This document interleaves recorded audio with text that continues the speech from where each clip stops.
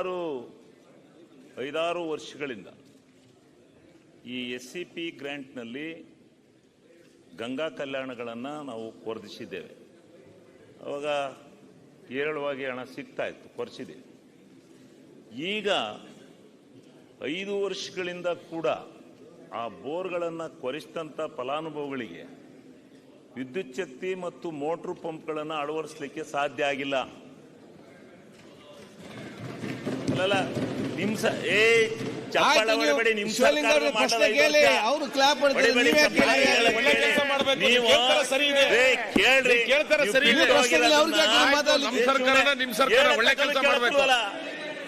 ನೀವು ಚಪ್ಪಾಳೆ ಹೊಡೆದ್ರೆ ಅದು ಕೇಳಿದ್ದು ನಿಮ್ಮ ಸರ್ಕಾರದಲ್ಲೇ. ಕಳೆದ 8 ವರ್ಷದಿಂದ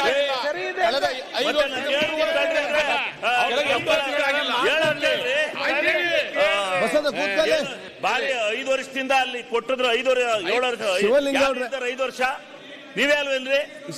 ಯಾಕೆ ಕೊಡ್ಲಿಲ್ಲ? ಪ್ರಶ್ನೆ ಕೇಳಿ. ಅದಕ್ಕೆ ಕೇಳಿ. 1 ನಿಮಿಷ ಅಧ್ಯಕ್ಷರೇ, ನೀವು ಅವರು ಬೆಂಚ್ ಹೊಡಿತಾರೆ ಅಂದ್ರೆ ಅವರು ನೋಡಿದ್ರೆ ಆಗ್ತದ? ನಿಮ್ಮನ್ನು ಕೋಪ ಬರ್ತದೆ, ನಿಮ್ಮನ್ನು ತೆಗೆದಿದ್ರು ಕೋಪ ಬರ್ತದೆ. ಏನ್ ಮಾಡ್ಬೇಕು ಅವರು ಹೇಳಿದೆ.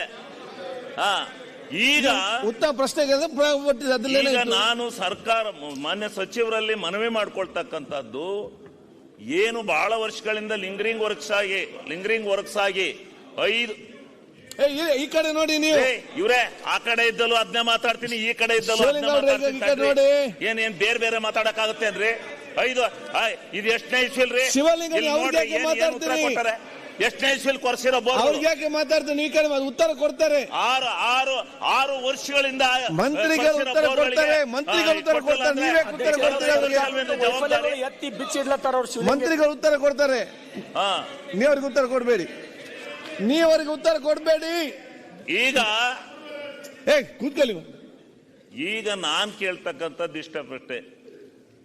ಈಗ ಗಂಗಾ ಕಲ್ಯಾಣಗಳಿಗೆ ಏನು ಲಿಂಗರಿಂಗ್ ವರ್ಕ್ಸ್ ಆಗಿ ಉಳಿದಿದ್ದಾವೆ, 5 ವರ್ಷಗಳಿಂದ ಉಳ್ಕೊಂಡಿದ್ದಾವೆ. ಈಗ ಸರ್ಕಾರ ಬಂದಿದೆ, ನೀವು ದಯಮಾಡಿ ಇದಕ್ಕೆ ಏನು ಮೋಟ್ರು ಪಂಪನ್ನು ಅಳವಡಿಸ್ತಾನೆ ಉಳಿದಿರ್ತಕ್ಕಂಥ ಗಂಗಾ ಕಲ್ಯಾಣ ಯೋಜನೆ, ಇದು ಹರಿಜನ ಗಿರಿಜನರನ್ನ ಆರ್ಥಿಕವಾಗಿ ಮೇಲಕ್ಕೆತ್ತಕ್ಕಂಥ ಒಂದು ಸ್ವಾವಲಂಬಿ ಯೋಜನೆ. ಈ ಯೋಜನೆಗೆ ದುಡ್ಡು ನಾವಂತೂ ಕೊರ್ಸಿದ್ದು, ಅವಕ್ಕೆ ಕೊರ್ಸಿದ್ದವಕ್ಕೆ ಕಳೆದ 5 ವರ್ಷದಿಂದ ದುಡ್ಡು ಕೊಟ್ಟಿಲ್ಲ. ಈಗ ನೀವಾರು ದಯಮಾಡಿ ಆಯ್ತು, ಉತ್ತರ ಕೊಡಿ ಮಂತ್ರಿಗಳೇ. ಈಗ ದುಡ್ಡಿಲ್ಲ.